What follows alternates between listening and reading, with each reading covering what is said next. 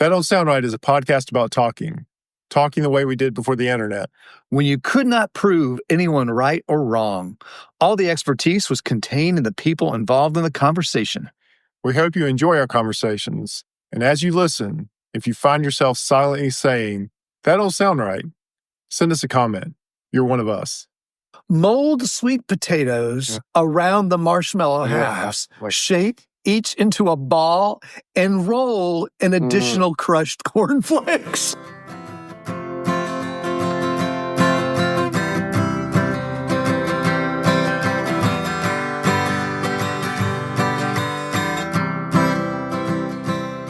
Welcome back to another episode of That Don't Sound Right, a podcast about talking. We're your co-hosts. I'm Peter Billman. I'm Cecil Davis. And we're just trying to have a conversation without Googling or fact-checking each other online. Those things can so easily kill the conversation. And we tried to kill the conversation last week as we were doing the podcast. Well, I would say that a combination of whatever was ailing you and my bronchitis was definitely killing the conversation. It was killing the conversation. Usually these episodes go pretty smoothly. Yeah. With minimal editing.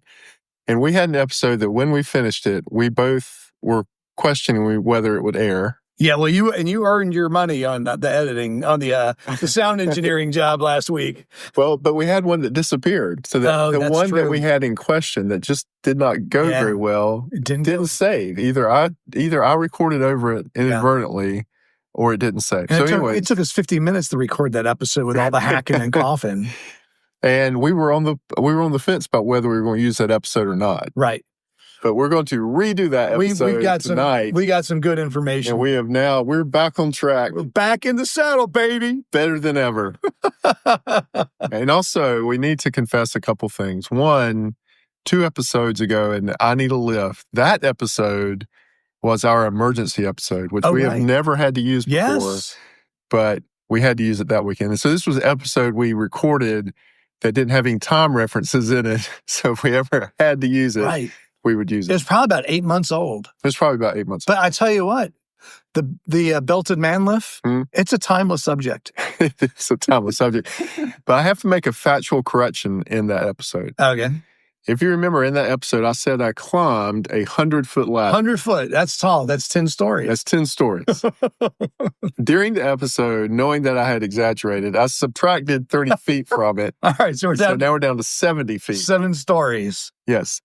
2 things happened simultaneously. I looked up a picture of that ladder and realized that it was shorter than in my memory. Okay. And how old were you when all this was going down? Probably 16, 17. See, that's the thing. When you're younger, things just seem bigger. That's right. And then my brother called me and said, it's probably only 40 feet max to the top of that. Oh, man. I'm not even sure if he was giving me 30 feet. I'm going to go with now 40 feet to the top of the ladder. Okay, all right. 40. It was the cage ladder. 4 stories. 4 stories up. It would still, you would still be damaged if you fell. It's still a long way up. And I did reference leaning back against the cage to rest. My brother also said you did not lean back. You might have leaned back against the cage to test it, but there was no reason really to rest on the 40-foot climb. But the rungs were made out of pipe. And they do kind of disappear in your hands after a while. Like they're real skinny? Yeah, real skinny. By the time you get to the top of 40 feet, you're not feeling much anymore. Why do they make such a crucial piece of safety gear out of such thin, uncomfortable material? I would want wide steps. Yeah. So it would be, there's no question, I'm not going to slip. Some diamond plate or something that grabs you. Something with some substance, not just, some pencil-sized tubes. Yes, but so there you go. There's your 2. Right. And also, speaking of engineering, things like ladders, Happy Engineer Week. I had no idea. This could be another episode. The fact that there is a week. I saw it on LinkedIn. Was it LinkedIn? People were wishing each other happy Engineers Engineer are Week. Wishing each other. Engineers are wishing. Hey, and Chris, Happy Engineer Week, man. Hey, Happy Engineer Week, Chris. He's a rocket engineer. Okay. He will send me a text correcting that he is not a rocket engineer, that he works on weapon systems. Ah, yes. All right. So tonight's episode comes to us from a caller. So we've got the question coming up. We're going to play it for you now. Hello, That Don't Sound Right. This is Brian from Swanee. I am a first-time caller, and I have an issue that I don't think it sounds right. Recently, I was visiting North Carolina, Tabor City. They were having a Yam Festival, and I noticed that the sweet potato was their mascot. I know that there are two different things, and I don't think that sounds right. All right. So the question is basically, what is the difference between sweet potatoes and yams? And why does the Yam Festival in North Carolina, in Tabor City, North Carolina, have a sweet potato as its mascot?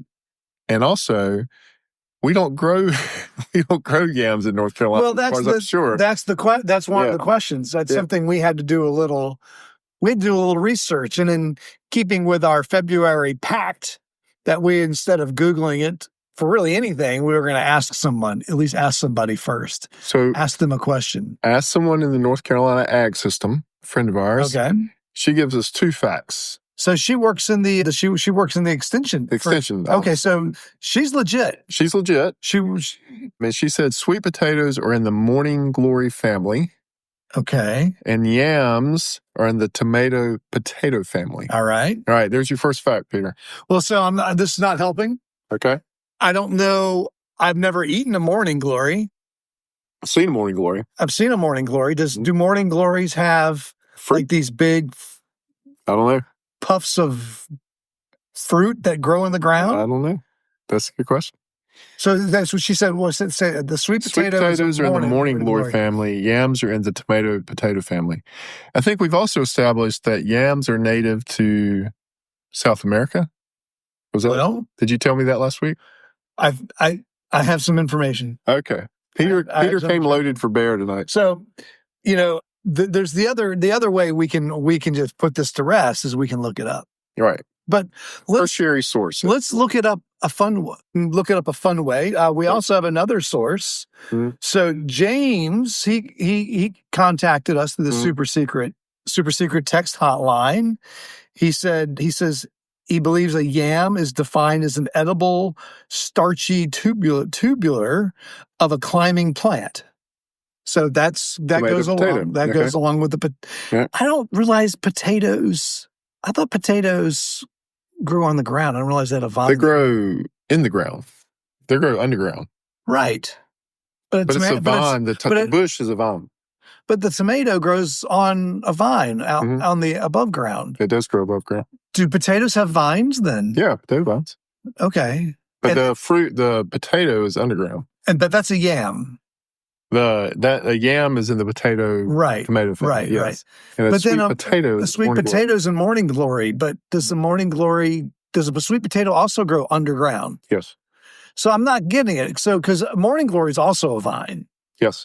With its fruit underground. Yes. A yam is a vine with its fruit underground. I'm no closer to the solution. And just to interject, I have read that the Yam Festival is named that for promotional reasons. It is sweet potatoes that are at the Yam Festival, and the mascot of the Yam Festival is a sweet potato. And that's what don't sound right. And I've been down to a big sweet potato farm in that area in Cerro Gordo. So James says, growing up in the South, I always heard these referred to as sweet potatoes until they were cooked in a frying pan. At that point, they're the yam. Well, now we know that might be a colloquial thing. That might be, that's right. But the sweet potato, and the yam proper are in two different species. Familiars. And he says that, yes, they're grown here. And at one time, North Carolina led the nation in sweet potato production. Still do. Are we still number one? Still number one. All right. So you've got tertiary sources. So I got some other sources I think that are going to be helpful in the discussion. Okay. But I also have some sources that confuse the discussion. Because in some of our research on this, we have seen yams, canned sweet potatoes, and canned sweet potatoes and yams with both on the label. Right. Both names in a light syrup. Both in a light syrup. All right, so let's go. Wait a minute. How do you say syrup? Syrup. Huh. Yeah. I've never noticed that. Yeah, syrup. How we dog? Syrup. We've also. Syrup. So I'm gonna bring out the Fanny Farmer Cookbook. Fanny Farmer Cookbook. So this book, it's very thick. Actually, it has 1,200 pages, and this is the first time it's ever been in the paperback edition. by Marion Cunningham. And it's a tradition of good cooking for a new generation of cooks. All right? All right. So if you look it up, if you go down there and you find about sweet potatoes, there's a section on sweet potatoes. So Peter has a physical book. I'm reading a physical book. This is not the internet. So there are two kinds of sweet potatoes. A light-colored, dry sweet potato, and the sweeter, more common, deep orange, moist type, generally referred to as a yam. Huh. Uh-huh. And then it says, choose medium or small yams that are smooth and tapered at each end. Sweet potatoes or yams don't keep more than 2 weeks. Store them in a very cool, dark place. So she points out here that there's a distinct difference between a yam and what it looks like. Right. And what the sweet potato looks like, that the sweet potato is a light colored. Right. And a yam is this orange color. And I think you and I are used to the orange colored. Yes. Right? But I would say that what I'm used to is a sweet potato. I don't think I've ever had a yam. But I mean, what color is when you have whatever you've been eating, what color is it? Is it the dark orange? It's a dark orange. Yeah. And so she's saying that's a yam. Oh, I know. Yeah. And but this, therein lies the confusion. This book does not bring clarity. Fanny has brought more questions than answers. Now I bring out to you the Food Lover's Companion, comprehensive definitions of over 4,000 food, wine, and culinary terms. Second edition, Sharon Tyler Herbst, of the Baron's Cooking Guide. All right. She'll clear it up early. I think this book brings more clarity. Good. All right. Because we know we're dealing with two separate things. There is a sweet potato and there is a yam. But at first, you wouldn't think so. Right. Everything, because what we do in North Carolina has confused things. Yes. What Fanny Farmer Cookbook has done has confused things. What all the cans in the grocery stores have confused things. It's big potato, man. Hannah went to set us straight. Okay. And let me tell you what this says here. Yam. The second archive is being opened. All right, so we'll start with the yam. Okay. This thick tropical vine tuber is popular in South and Central America. That's the yam. This is the yam, the West Indies, and parts of Asia and Africa. Although sweet potatoes and yams are similar in many ways, and therefore often confused with one another, they are from different plant species. In the southern United States, sweet potatoes are often called yams, and to add to the confusion, canned sweet potatoes are frequently labeled yams. Right?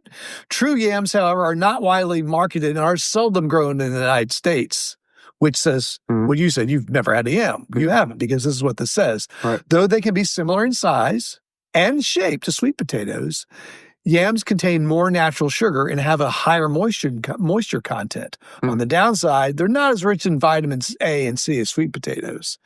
Over 150 species of yam throughout the world.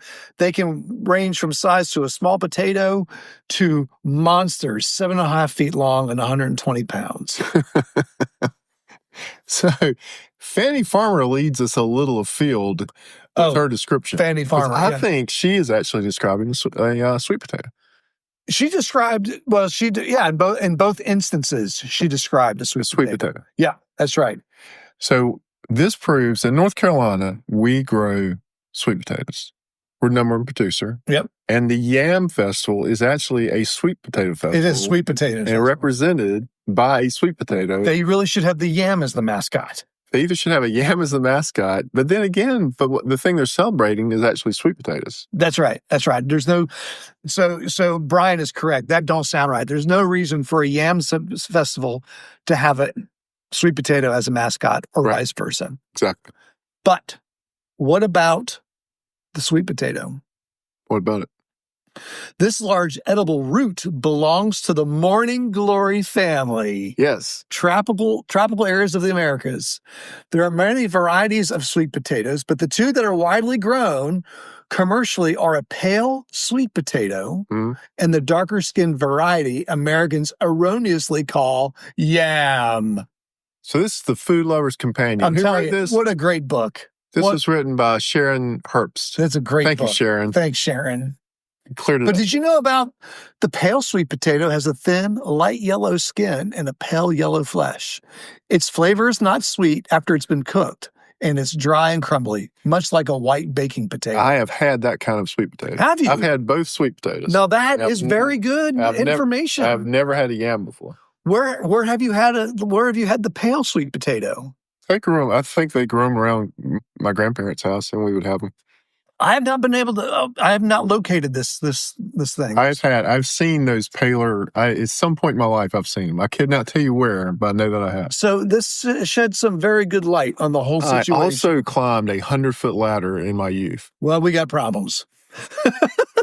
We got problems with your storytelling.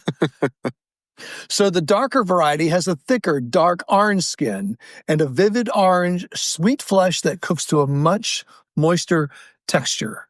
I'm going to activate the swamp line on this. Swamp line? Yeah, my cousins, if you are listening, you need to weigh in on this. I am pretty sure I've eaten both types of these sweet potatoes. Okay. The drier, whiter sweet potato and the darker orange sweet potato. I know I've eaten the darker orange. We all have eaten that. Yeah. But I'm pretty sure we've had that other type. I'd love to hear some more information on that one. I'm gonna say we've got. I'm gonna put the call out to the cousins. I think some of them will have eaten that same sweet potato. But this is a great book. It has a lot of other things. It's an excellent book. Ask me a cooking food or drink definition. Ask me something. Any question about foods? Try it. Does it define pastas? Let's go. See if it has the different kind of pastas in it. Let's go. It's in alphabetical order. We need a more serious question now. Ask us any food question you've got, because we've got a tertiary authority on it now. Yeah. It says see also. Anelli, Bevatine, Bucatini, Calderone. I mean, yeah, look at the list of all the pastas it's got. Oh, nice. And I think, let's go look it up. It's like a medical reference. It is kind of like that. Where'd you get that? It was on Bunny's shelf in their kitchen. Huh. It's just right next to the sink in our kitchen. I'll be there. You've had a wealth of knowledge sitting right next to you in your house. You could have solved this weeks ago. I could have. I could have. But we did have fun. Part of the fun was in just, the hunt. So maybe, yeah, for every one of those pasta names, it does have a list of fettuccine, for instance. Huh. It'll describe it. I think we need to go to the Yam Festival this year with a microphone and just see how many people can tell us the difference between a yam and a that would be potato. an unbelievable YouTube video. That really would. Ask them, just go at people and say, are you eating a sweet potato or are you eating a yam? And then ask them, what's the difference? What's the difference? Well, they're the same. Excellent. Now, this particular episode would not be complete if we did not revive an episode from the past. What's that? Episode number 70, Hold the Mayo. Mm-hmm. Do you remember that episode? Unfortunately, yes. So those that are new or need a refresher, Hold the Mayo is episode number 70. You can go back and look in our archives. But it's when I brought out some of the old Southern cookbooks from Southern churches. Yes. And these are the recipes submitted to the church. The church would make this big cookbook. They would sell it as a fundraiser. A lot of molds. A lot of mayonnaise. Fruits. A lot of mayonnaise. aspic. Yes. A lot of Jell-O. Yes. Well, I would like to present you a sweet potato recipe. Sweet potato aspic. Okay. All right. So I'll read this to you. So it's called... It's got mayonnaise in it? It calls for potatoes, sweet potatoes. Calls for broken pecans, some crushed cornflakes. So far, so good. Flour, sugar, milk, ground cinnamon, vanilla, baking powder, large marshmallows, halved in cooking oil. Mm. So you peel, slice, and boil the potatoes. Drain well, mash until smooth. Add remaining ingredients except the marshmallow and oil and mix well. Chill for easier handling. Mold sweet potatoes around the marshmallow halves. Shape each into a ball and roll in additional crushed cornflakes. I was with you right up until they rolled it, and man, I forgot to tell you that it went off the rails quick. I forgot one of the ingredients was bourbon to taste. Oh, well, at least so. And then as a friend of mine would point out that was a perfectly good waste of bourbon. Maybe you kept the bourbon and drank it after you ate it. Yeah, bourbon to wash away the taste. Well, Brian, I hope we have cleared up your yam sweet potato question, and you can confidently walk into Tabor City next year to the festival. Maybe we'll walk in, and maybe we'll walk in with you with a video camera, and we will at least ask folks about what they think they're eating at that particular time. And I guess the other homework for you, Cecil, is to find this mystery light-colored sweet potato. I think I can do that. I think I can do that. All right. It don't sound right, but you have come to the end of this episode, which we're very happy that we were able to do. We pulled it off. We pulled it off. We're back, Peter. Before we close, we want to thank everyone for listening. If this is your first time and enjoyed the conversation, would you consider hitting the subscribe button on the platform you listen with? Also, if you're a longtime listener, please give us a rating. Leave us a review so others can easily find us and join the conversation. Speaking of that, I read through the comments that have been left about our podcast on Apple. Yeah. And there have been some really nice comments. They have been. Really Thanks, nice everybody. comments. Thanks, everybody. Keep it up. It's, we did have a big bump we had about I want to say about a 50% bump in listenership last week. We did. It was really good. Also, we had an orthodontist write us in and leave a nice comment about our dog orthodontist. Oh, he was an orthodontist? He's an orthodontist. Oh, I had no idea. Oh, that's great. So that was really, he left that comment on LinkedIn today. I gotcha. So every time you do that, every time you leave a comment or like it, it helps other people find us. That Don't Sound Right is a production of TSR podcast in conjunction with Camel City Studios. I am your co-host and sound engineer, Cecil. Peter is your other host and web designer. Camille is your barista, and she made some fine coffee for us tonight. Emily does your graphic design. Ella does your Instagram. Giorgio tests your merchandise. Brent is our international brand ambassador. As always, listener one is Scott. So until next week, keep talking. And stay curious.